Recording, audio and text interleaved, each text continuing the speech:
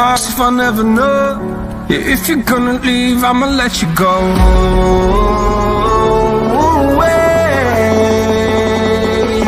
I'm tired of the pain. Go away. I'm tired of yesterday. 3, 2, 1.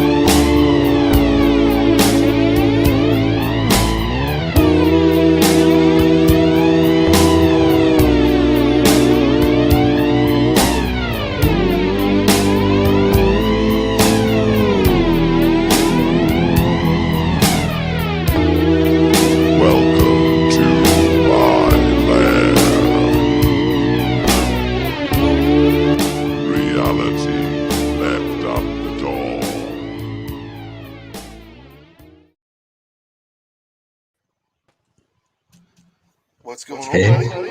Hey, how you doing? How are you doing? How's the echo doing? Yeah, I'm doing good. We're back at the weekend again, so it's always good. Yeah, made it through the week, didn't we? Yeah, that's it. I know you don't get this nowadays because you're one of these stay-at-home dads and what have you. So Stay-at-home dad, isn't that just another odd thing to say? Yeah, well, I think there's been more of it coming over the years, and I can imagine it must be really nice. So Yeah, it is kind of nice spending some time with the boys. It really is. Getting them up in the morning, getting them dressed for school, taking them to school, picking them up. It's kind of a fun experience for me, actually, to be honest with you. well, that's it. I'm reading this that Kerry's put in the chat that she's getting an echo, and so has Ina. Interestingly, we spent about 10-15 minutes trying to work out where that echo was coming from, me or Sid. So come on, it's Sid's echoing. Sid. All right, let me fix that then. He had such fun with technical issues on Wednesday night. They thought he'd bring some. Have you got it? Is that better? That's better. I just unhooked my podcast mic and just went to my PC. Right. So basically, you were just winding me up for 15 minutes so that you could solve it in 5 seconds. I didn't think it was my podcast. There you go. Yes, it is. It was an inner demon. It was not to do with us. It was a haunting. It's a haunting. So how is everybody? Let's say hi. I need to catch up here some of the. Hello, David. Hello, Mary Beth. I'm trying to get everybody here. So yeah, hello everybody and good evening. So yeah, we had a guest tonight, right? We did. Unfortunately, as happens on occasions, these things fall through. So we're winging it. We're winging it tonight. We had somebody from we had somebody and then they canceled and they blocked me. Well, that's a bit rude, isn't it?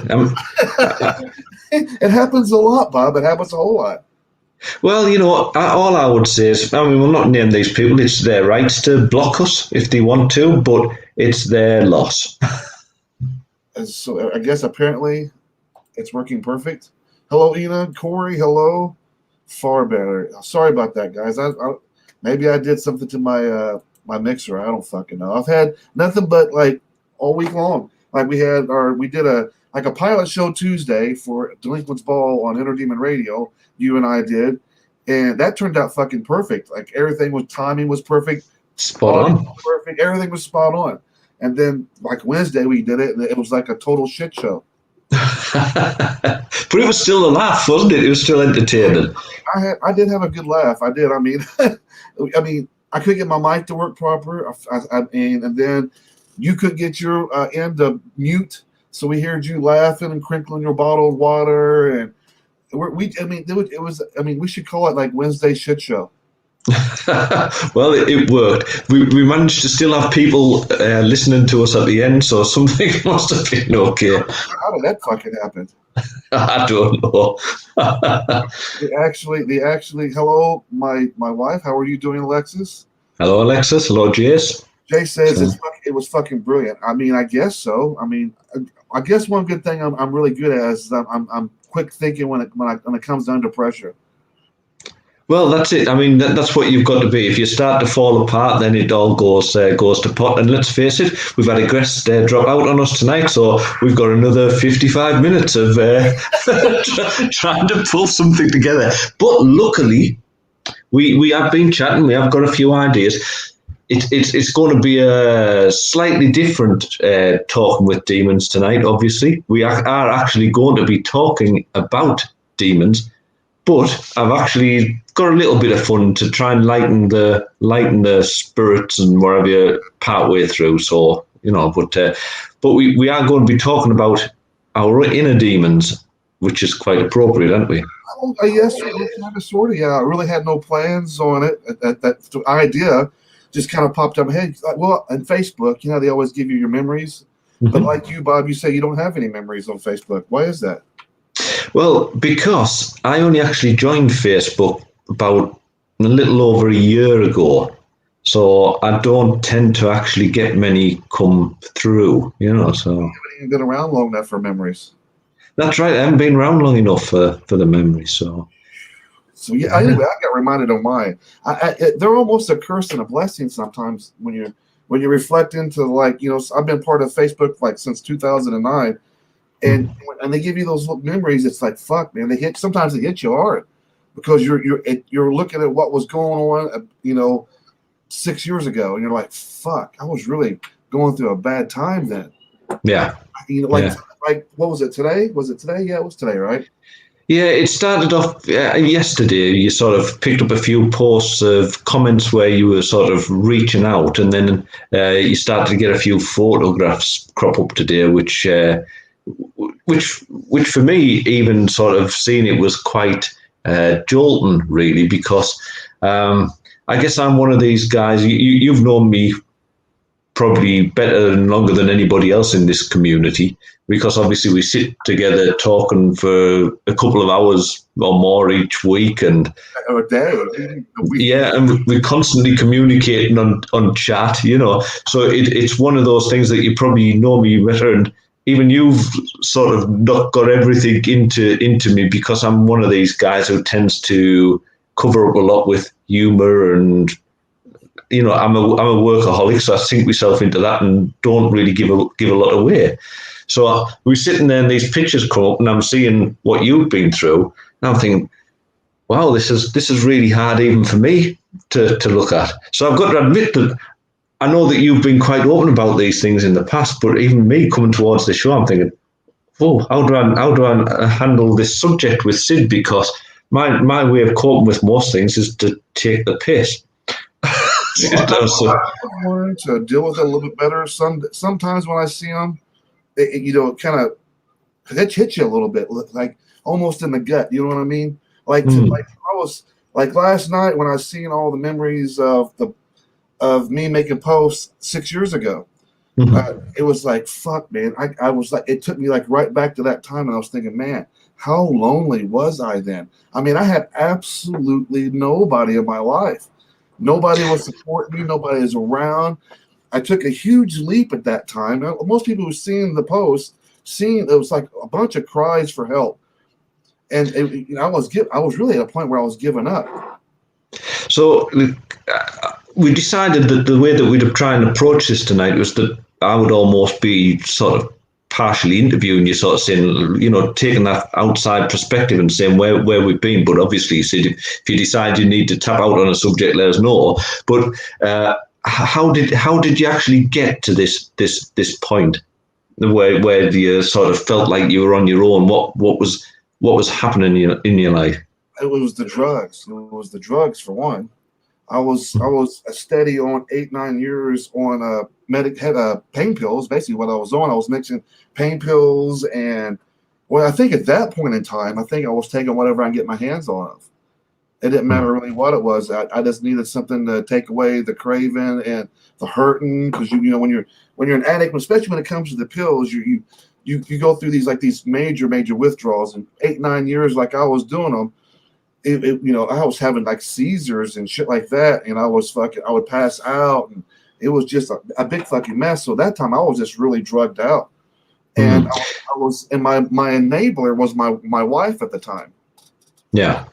So okay, so as somebody who's never, I don't think I have an addictive nature. I can't think of anything I've actually been addicted to in my life that I am to be able to just instantly cut off. I've never done drugs. I've tried the odd cigarette, but I've never smoked cigarettes. I like alcohol, but I've never been. When I was a young lad, I would go out and have a bad night, but never really been somebody who just couldn't even just turn that off and walk away either. So how did you actually get into this addiction? Well, it was doctors, I guess. Doctors. I fell and hurt myself on the job, and they put me on pain pills for like 6 months, and then from that point on, it just grew. I let out basically my first wife. Basically, I mean, if I'm being told, truth be told, she was the one that told me, "Well, you shouldn't pop them; you should crush them." And then once I started snorting them, it just led into the vicious cycle that it became. All right, and obviously, I presume you would undertake more and to try and keep. Yeah, that's funny because before then, I was like you. I'd hardly ever drank. I wouldn't even take an aspirin to fucking like take away a headache. I would just bear it and go on. You know what I mean? And then to see my life completely flip upside down once I hurt myself and they put me on those medications. That was just from that point on. A lot of it was my wife. My wife at the time was outside, really heavy outside influencing me. I got with her when I was like 18 years old, and she was 27. So I was a kid. So there was a lot of influence. Yeah. So with you, it was crushed pills, but you not alcohol, not other sort of more serious drugs. It was crushed pills. Pills is pretty fucking serious. The ones I was taking were pretty fucking serious. I was taking a lot, Bob. I was taking like 120 pills easily in about a week and a half time of Roxycontins, Oxycontins. I would go through a script of 90 Xanaxes in a couple weeks. I wanted to die. I wanted to die. I did. So that like my life. But a lot of it was, I think, it was a lot of undealt. A lot of it was like undealt internal shit. People, shit that you don't really want to think about or talk about, or you just want to keep hidden. That way, if you don't tell nobody can judge you for it. So you keep it to yourself.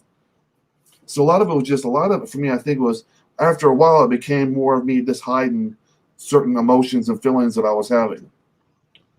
All right.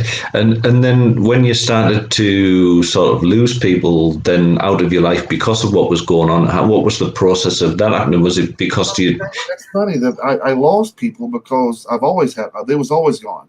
They was always gone. I was always by myself. But I was a bad person, though. I was constantly running from the law. I was constantly having warrants for my arrest. I was constantly running from everything. I was constantly watching my back, watching everything I was doing. I was in and out of jail so many times I can't keep track, to the point that judges like, I'm done with this guy. Let's just give him time and then send it and get him out of here. Well, yeah. So it's interesting because like when you got time, then that didn't manage to break the addiction. It was so strong that you went back to it, or you still managed to get all of it when you were serving.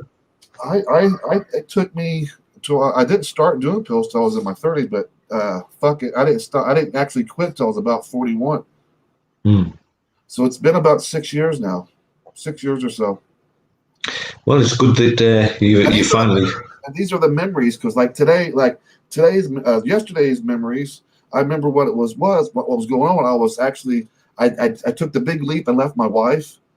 I was like, no more. No more of the cycle. She was my enabler, and I wanted to get clean. I wanted to get clean bad, but having her in my life, she was the one getting the pills. She was, it was fucking bad. I swear it was bad. So I had to make a decision. I had to make that leap of faith and just say, you know what, I'm leaving. And I just grabbed a bag of clothes, and I just said, I'm done. I want a divorce. I'm not coming back. And this is about the same time I met my new wife now. And it was just kind of like I took it as an opportunity to get away. I was always told by her that I was a big piece of shit, and so to speak. So like nobody would want to be with me. Nobody want to be my friend. So, just like my family don't have anything to do with me, nobody else is going to want to have anything to do with me. And I think a lot of that mentality that I spent the last 20 years kind of made me kind of develop what I did here that you see today. So was she actually using this stuff as well, Sid, or pretty much using it to control you? She was on it too. She was on them too. Yeah, we was both on them. Yeah, it was just 20 years of just enough's enough, I guess. So I wanted to get clean. So I took a leap of faith, and I walked out the door, and I was living at that time. I had no food. I was running up and down a creek in Michigan, picking berries and shit off of bushes and eating that off that way, and trying to survive is really what I was trying to do at that time. And I couldn't get not a single person to help me. I couldn't get a single person to respond to me. I was like, fuck, this is I got to do this on my own. I got nobody to talk to, nobody to give me that support. So, I was going through battles. It took me when I left my wife, it took me about 6 months to get totally sober, I think. About totally sober. But that was a hard fucking road. Hard fucking road. I can imagine. Okay, well, look, we've hit about 18 minutes where we've talked about how you probably got to the low point and probably need to start coming out the other side. So how about we break it up and play a song for somebody to cheer them all up again before we move on?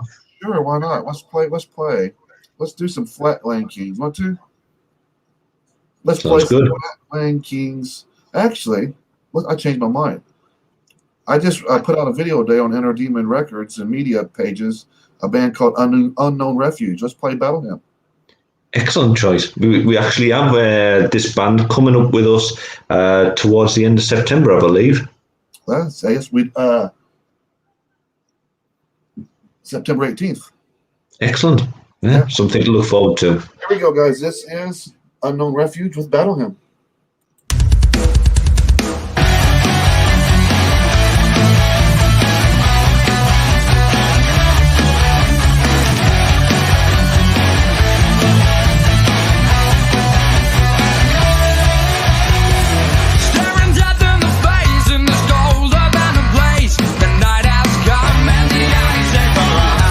Stand your ground as you bury yourself into the ground.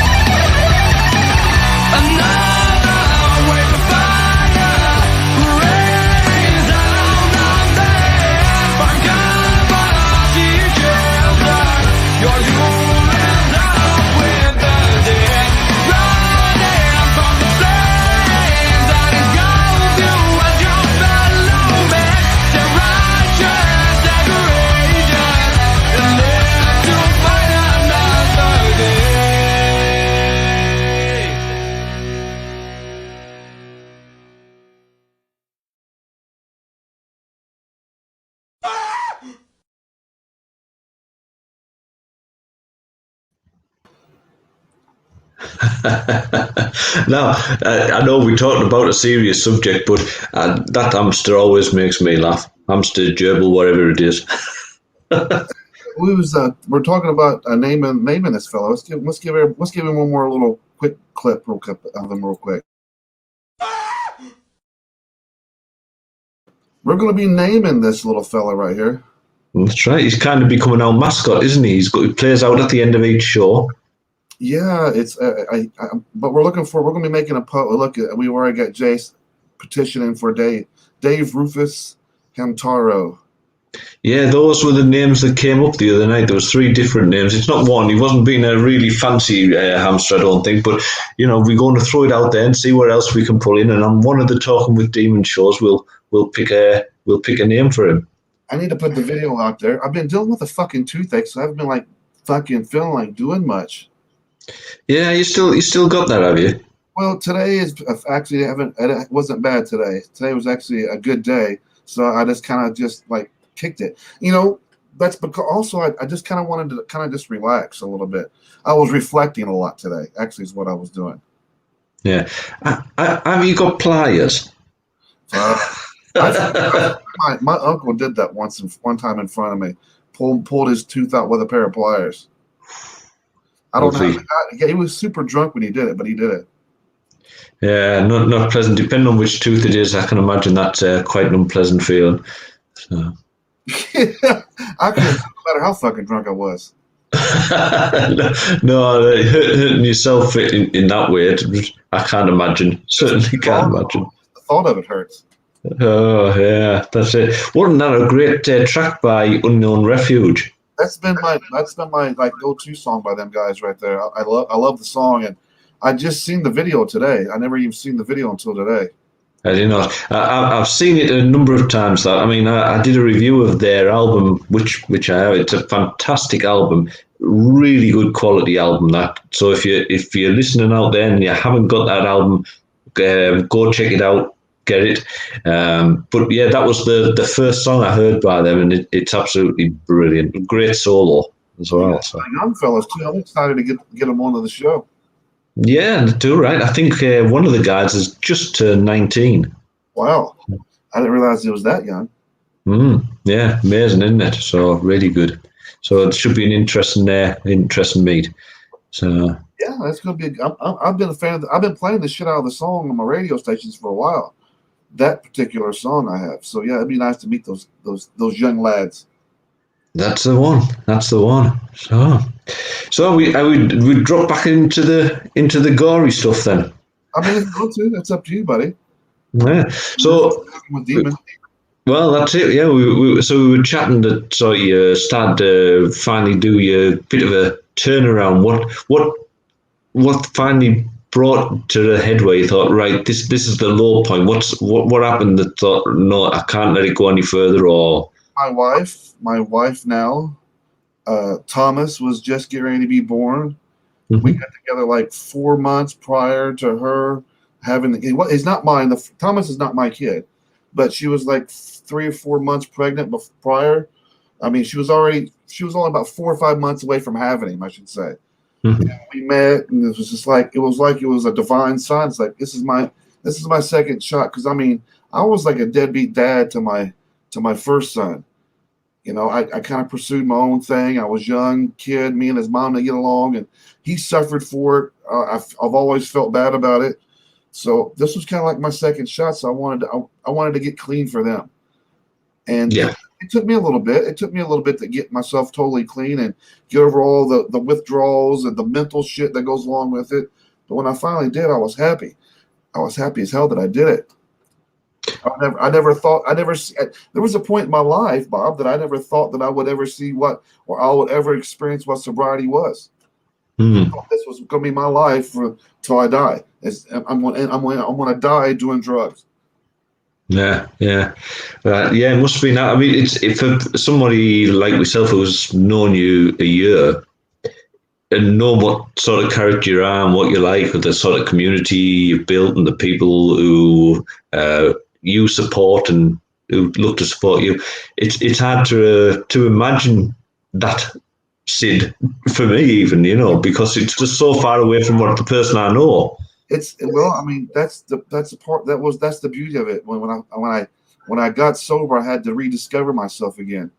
I had to find out who Sid was, because I spent 20 years under this cloud of what my first wife had told me I was, and it was that nightmare of a marriage. I should have never been married. I never should have been over 20 fucking years. So lifting that cloud and getting sober, that was another cloud in my life. So I had these two clouds separating, and I started seeing sunlight, and I was like, man, I don't know who the fuck I am. I've spent the last 10 years so drugged up that's the only person I knew was that guy chasing the pill.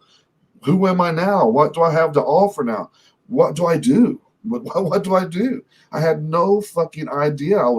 It was really, really fucking scary, to be honest. No, I can imagine. I mean, for somebody like me who was, as I said, has never gone through anything like that, or even been around anybody like that. You see movies, you see TV programs where they say that in order for somebody to start moving in the right direction, they've got to make that choice themselves. Would you agree with that? Yeah. I'm a firm believer. From my experience, that I know people want to do the interventions when they have their kids their own drugs, and you want to help, you want to do what you can. A lot of parents enable them, but at the end of the day, at least for me, it was something that I had to want to do. Nobody in my family was going to tell me anything different.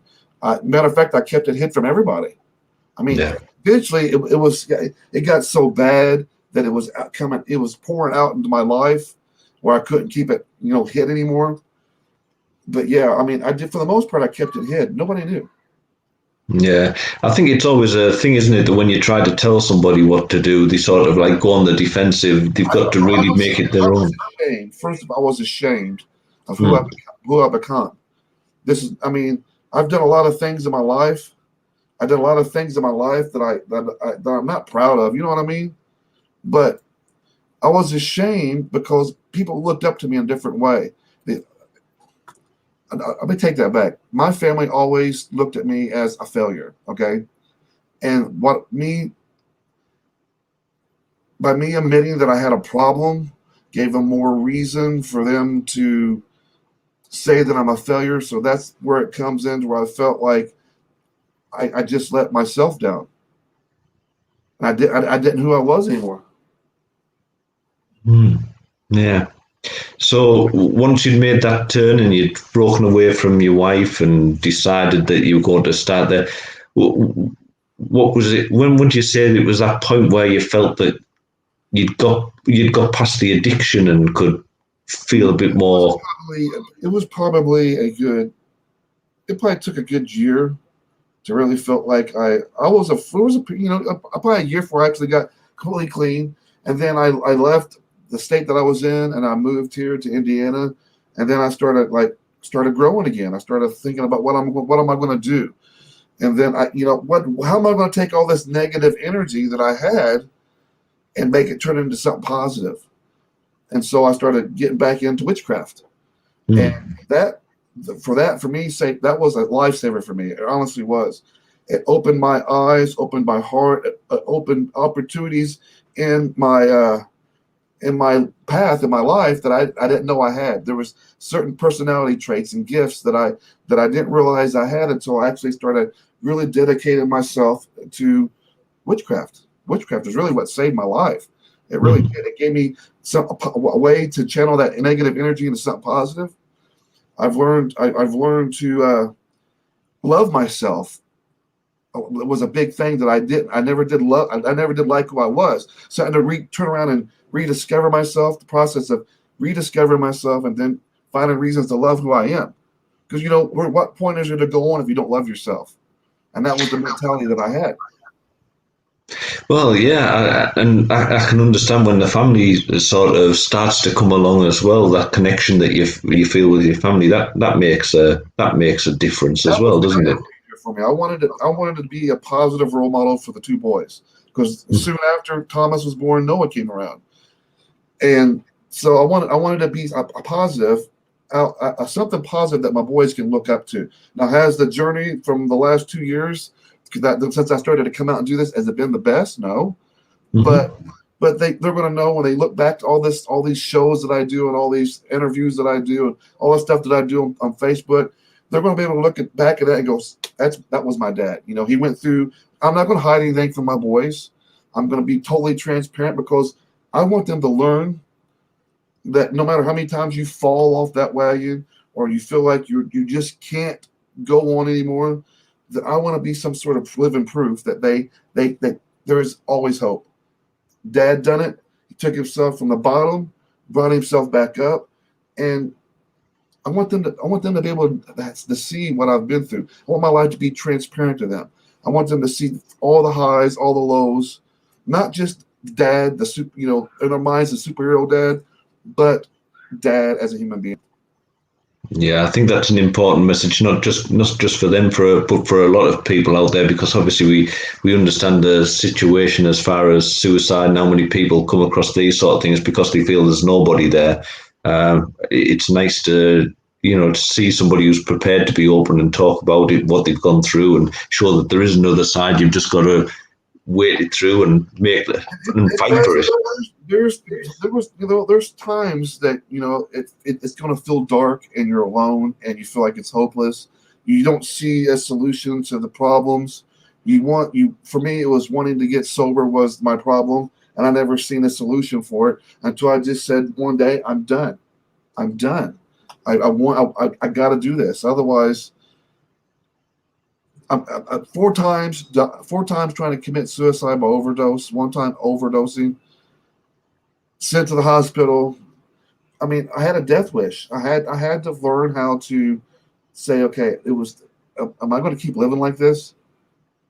And then having my boys and my wife now, that was the game changer for me. I wanted to do something positive. So I started building this community that you see now, Bob. At the end of the day, it's just everybody has something that they go through.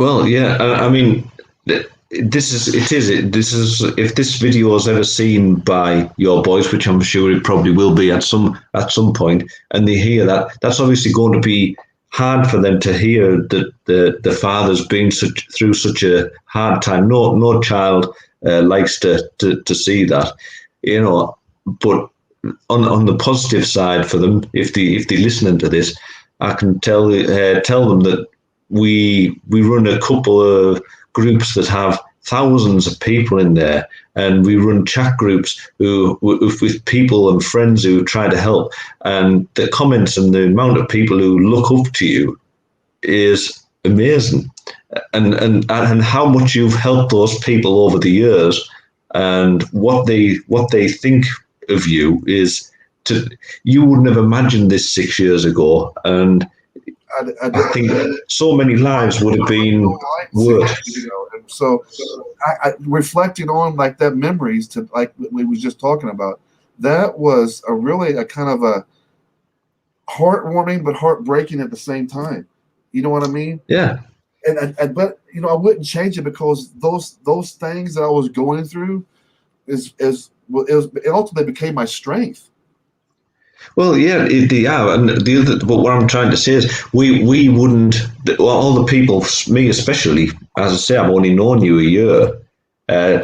For me to see that and think, Christ, if this guy had gone down a different route, I'd have never got to know him, and you're one of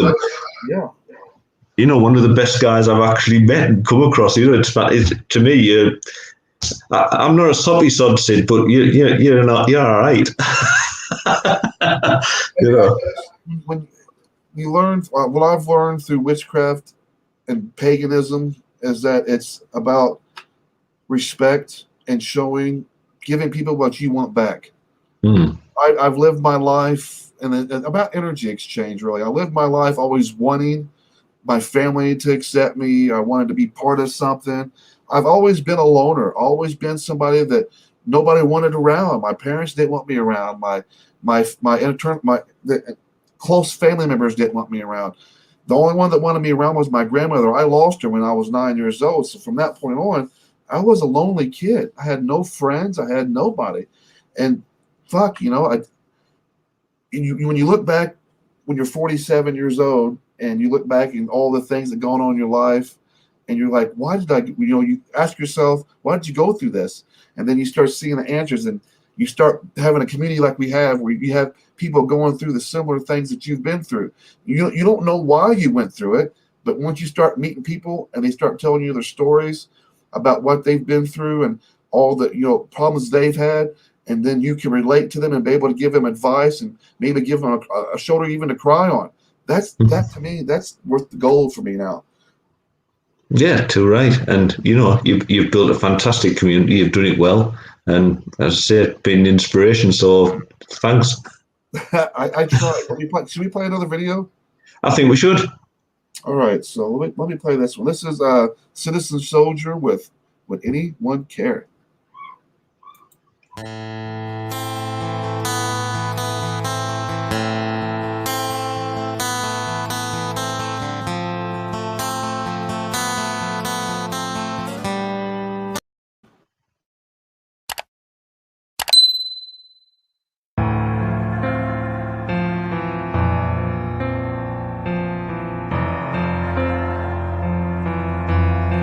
Would anyone notice if tonight I disappeared? Would anyone chase me and say the words that I need to hear?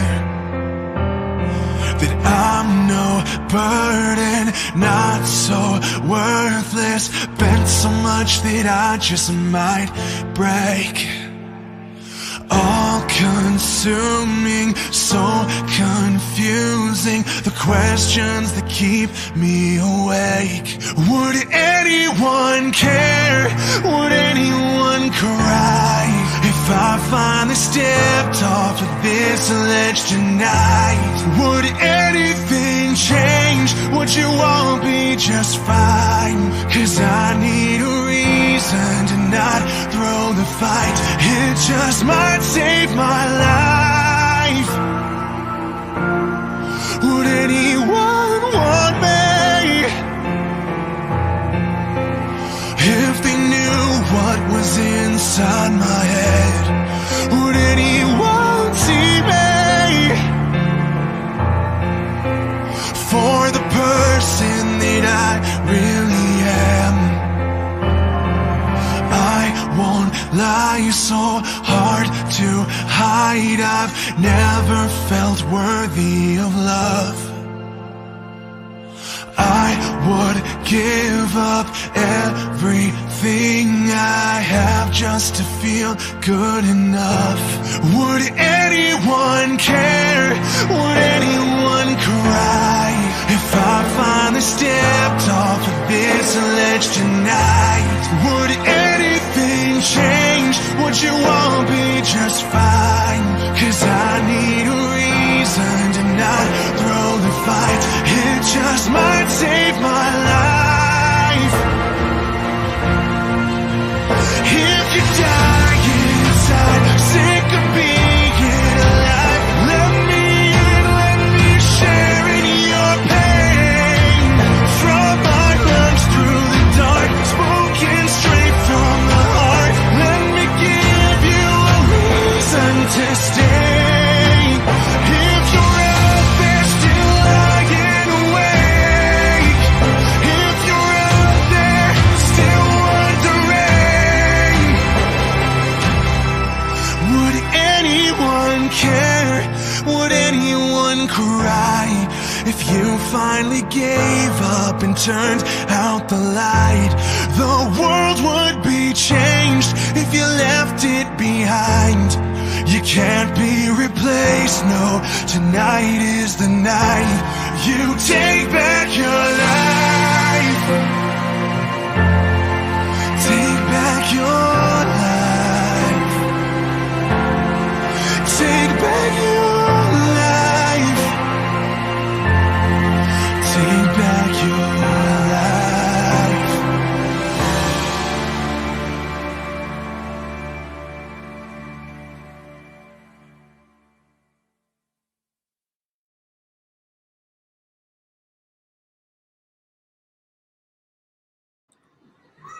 Hey, hey. So I mean, honestly, why? I make some dark videos, don't I?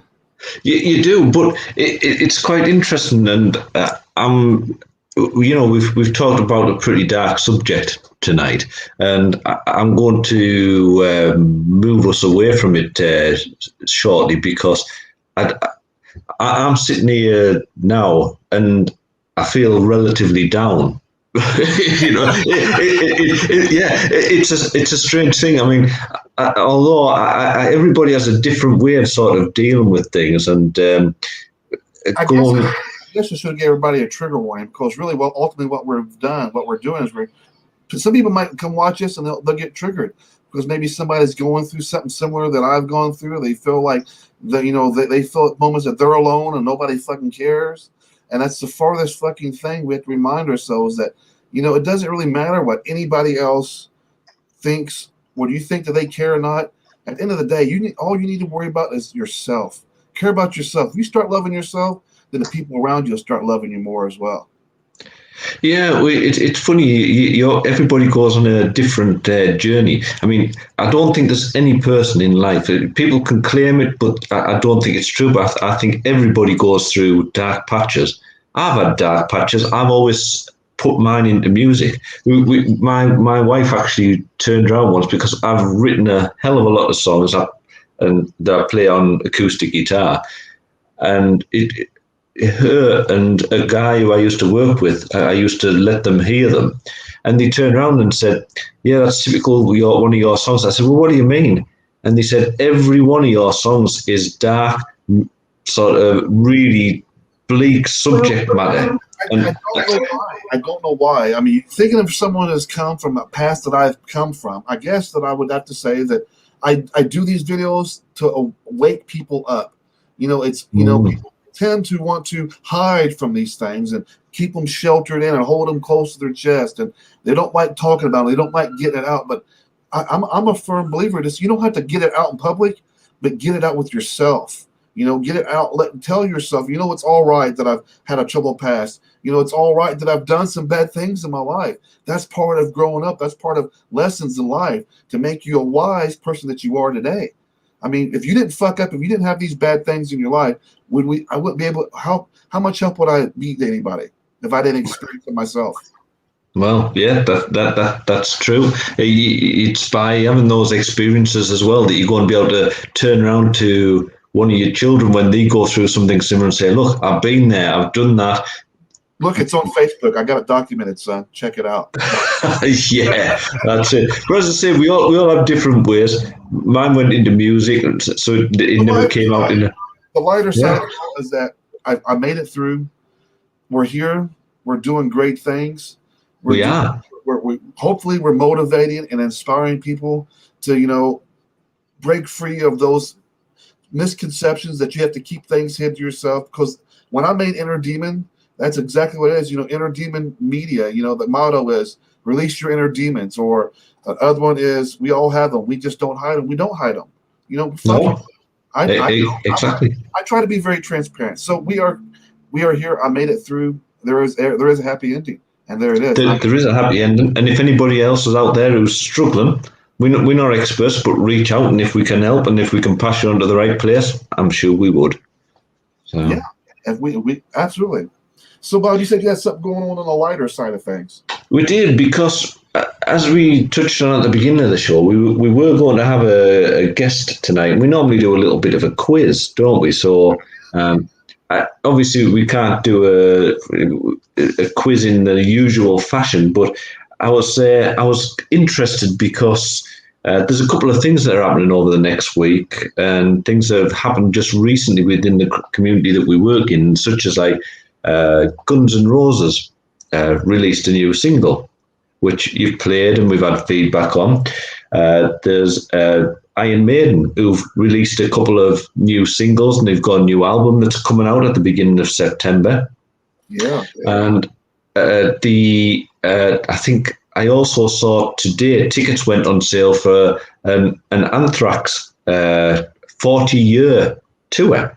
Really? Over this way, and it was quite interesting because I sent my wife a message to Anthrax aren't coming around until next October near me. I sent a message saying, I don't suppose you fancy going to see Anthrax? And I got a sort of bit of a less than positive response because she has totally different musical interest to me. So there pretty much was no. And I was sitting there and she says, ask Sid. I said, that's going to be a little bit awkward because we're on different continents, you know. And then she says, well, perhaps you should try getting some friends who aren't virtual. so I'm guessing that means no tough, right? So, but then I'm sitting there and I'm thinking, well, we had a conversation because we started working a bit more closely with Forge recently and how people support each other and to try and get the music out. And I thought, £40 it is to go and see the Anthrax concert, and that could support a few bands buying a bit of merch and stuff like that. And I thought, I'm going to go out and do that.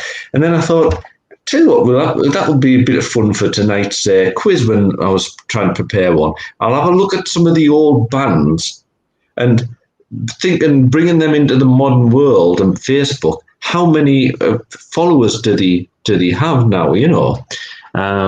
So I thought, well, I'll do a few pairings and I'll give the guys sort of like a matchup, almost like a battle. You have to guess which one has the larger following on Facebook. And I thought that'd be a bit of fun. So, fun. So let me yes. get my proper video for this then.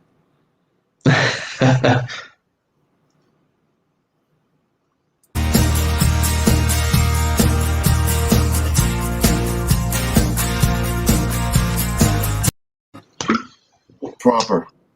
I'll tell you what, Jace is on the ball, isn't he? Because he's put in comments there, £40 for 40 years. Yeah, and it sounds like he's game to go with the show with you too. That looks good, doesn't it? So we're talking, I think it was actually 38. I don't want to spoil it now because he's pointed out what would have been a really good selling point for them. But I think it was about 38 quid. Then they had a few extra booking fees on or something like that, you know, for the Ticketmaster or whatever it is that goes on with these things. So our first matchup, Sid, you got to guess who's got the highest following between Halloween and Poison. Poison. Right. Well, yeah, you're right on that one. Halloween have 1.8 million and Poison have 2.4. It's just the only reason why I say that because Bret Michaels is like still out there. He's still touring. He's still doing his thing. And plus, they're going to do that big mega arena tour with Motley Crue, Def Leppard. I think it's Motley Crue, Def Leppard, Poison, and then it's Joan Jett, I think. Interesting. Well, I tell you, just for a point of interest for anybody who's an Iron Maiden fan with the new releases coming out, I actually found on Facebook today where Iron Maiden had done a cover of Halloween's I Want Out. Really? So, yeah. Actually did a decent job of it. Not massively different, I didn't think, but, you know, they did a decent job of it. So Nice. Yeah. Our next pairing is Def Leppard and Slayer. Oh, that's a tough one. Because Slayer's got a die-hard fan base. But Def Leppard's more mainstream, I think. So I'm going to go Def Leppard. Def Leppard. And you'd be correct again. Def Leppard have 5.3 and Slayer 4.8. I know I'm going to get my ass kicked for these, but, you know, I'm just thinking realistically who has gone more mainstream. And Slayer has I like Slayer, don't get me wrong, don't kill me, guys. But they're not really they didn't really go mainstream like Def Leppard did with like their songs like Pour Some Sugar on Me or, you know, Love Bites. Yeah, I'm probably going to grab a bit of hate for this one, but I've never really got into either of those bands. You know, I listened to Slayer's Angel of Death and all that sort of thing, and it was okay, but didn't really grab me at the time. So that's pretty much the only album I've ever listened to by Slayer because I just haven't been able to get away with them. Mouth of Heaven. I mean, that is just a classic album. I mean, I'm not like a huge fan of Slayer. Don't take me wrong. I'm not, and I'm not a huge fan of Def Leppard either. But I do like some of their older stuff. I like Slayer's older stuff, and I like Def Leppard's older stuff, like High and Dry and Pyromania. Yeah, I can't remember what it was called, but there was an album they brought out, and they had this cartoon character walking down a street. It was playing on MTV. That's off their Adrenalize album. So they had Hysteria, and the next album was called Adrenalize, and that's when they came out with that little hip hop mascot character they had. Yeah. So, but no, never quite touched the spot for us. Next pairing you'll like Judas Priest and Motley Crue. Once again, that's another one of those. That's really a hard one because Judas Priest is what mainstream as well. In the 80s, they went mainstream, but we're talking about now, though. We're talking about now. Yeah, this is how many they've actually got today on those. I'm going to say Motley Crue just for the fact that you see a lot of Vince Neil shit. You see a lot of Nikki Sixx stuff with all his side projects like 6 a.m. and then you got Tommy Lee who does his stuff as well. So yeah, I'm going to say Motley Crue. Motley Crue. Well, Motley Crue have 4.1, and Judas Priest have 4.3. So it was very close, but Judas Priest got that one. And I'm not knocking Judas Priest. I don't want to make it sound like I don't like the band. I do. I like all the bands, but I'm thinking I didn't. Well, I guess I do see Rob Halford a lot on social media. I follow him on Facebook as well here. Yeah. Next one, Megadeth and Slipknot. Fuck. That's another hard one. Fuck. Slipknot and who else again? Megadeth. Fuck, man. I'm going Megadeth. You go with Megadeth.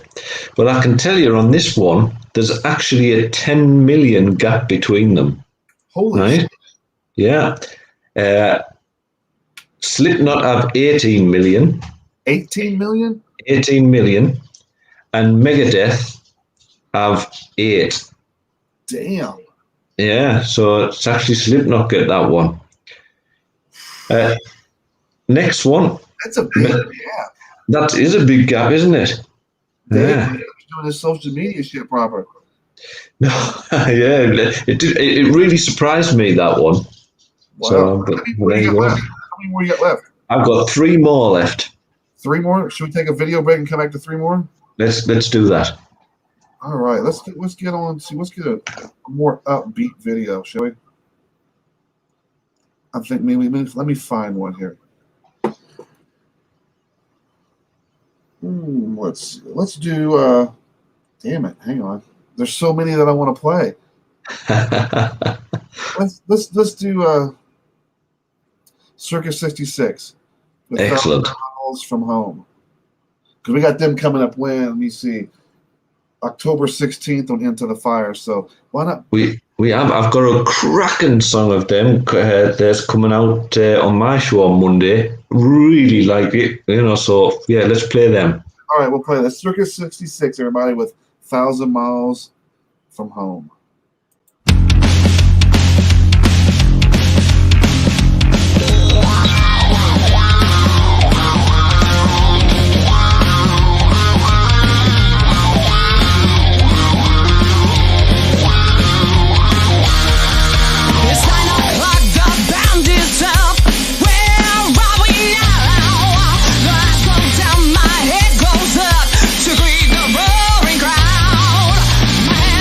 Some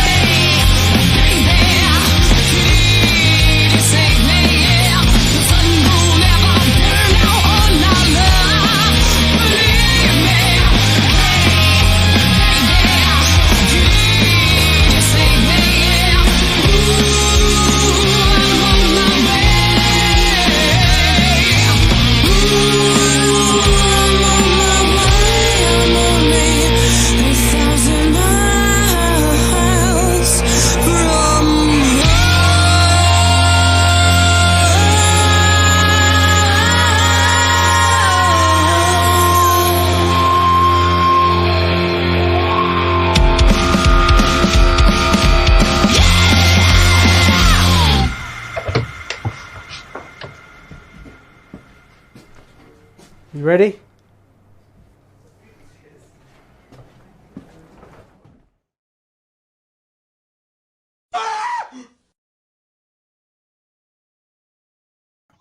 Don't forget, guys, we're gonna be naming that. Or that's our mascot.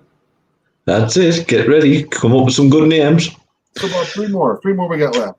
3 more. Right. First up, Bon Jovi versus Guns N' Roses. Oh fuck.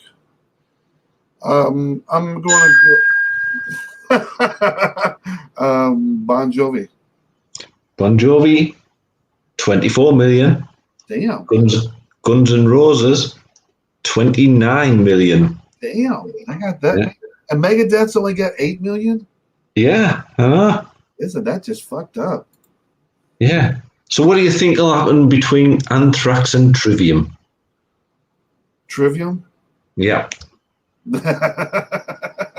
I mean, yeah, Trivium. I'm sorry, Bob. Mm. I'm a fan, Marvin or Eugene. We're coming up with the names again for the. Yeah. We're going to be doing a Facebook post. We want all the names to go onto there so we can keep track of them all, and we'll pick one on the next show. Do you think maybe if we can get it out? I'll make the post tonight or tomorrow, probably tomorrow. Yeah. And then we'll do it from there. And we'll put names out for this.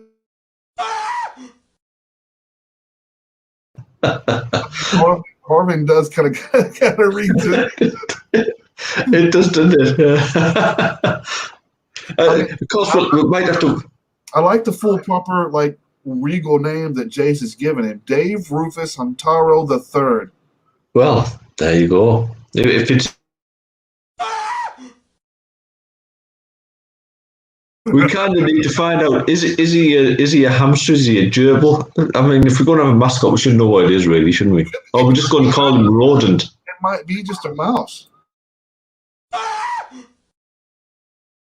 Nope, it's with a docked tail. It's a hamster. A hamster, is it? Yeah, hamsters usually have the docked tails like that, so it's a hamster. So you went for Trivium, yeah? Yep, I went with Trivium. Right. Trivium have 1.9 million. 1.9 million? Yeah. And Anthrax, this really surprised me, 2.46 million. Damn. Yeah, I really thought that Anthrax would have been up there because, I mean, when lockdown started over here and the bands were trying to find different revenue streams and keeping the name out there, I saw various things where Anthrax seemed to be doing loads. Like they were doing like an evening with Scott Ian, and I think they were charging like $100 or something like that to sit a number of them and have a personal chat with him and played the guitar and had a glass of wine or something. You think, Christ, I thought they must have a right following looking at some of the posts that were going on. But 2.46, I expected it to be up in the levels of maybe the Megadeth or something like that, But you would think since it's like the big four. Yeah. I mean, so if you look at the big four, they've got 2.46, Slayer 4.8, Megadeth 8, and then Metallica obviously massively different at 36, so. Wow, they got 36. Oh, shit, I've just given the last one away, haven't I?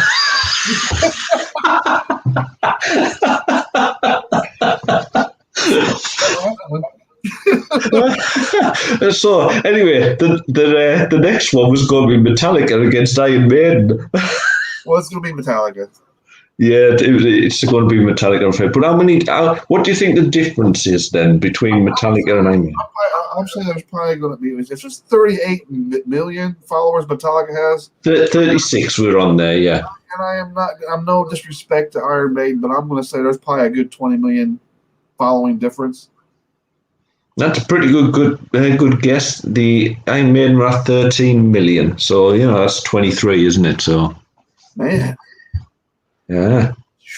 I mean, Metallica though, they're global. I mean, Iron Maiden's global too, but did they ever really go mainstream like Metallica did? You got to think about that too. Metallica went really mainstream, and they had a market. They did a lot during the lockdown as far as He was doing like these Monday night live concerts they would put on live on Facebook. It's like they showed like old videos of shows that they've done every Monday for free for the fans to watch on a Facebook fan page.